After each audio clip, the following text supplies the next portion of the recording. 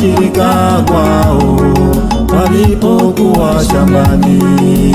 Malaika wa Bwana akajirika kwao walipokuwa shambani.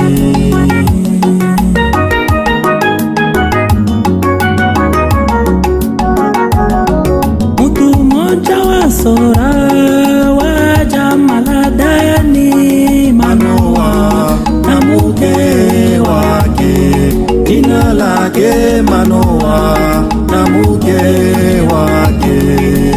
Malaika wa Bwana akajirika kwao walipokuwa shambani. Malaika wa Bwana akajirika kwao walipokuwa shambani.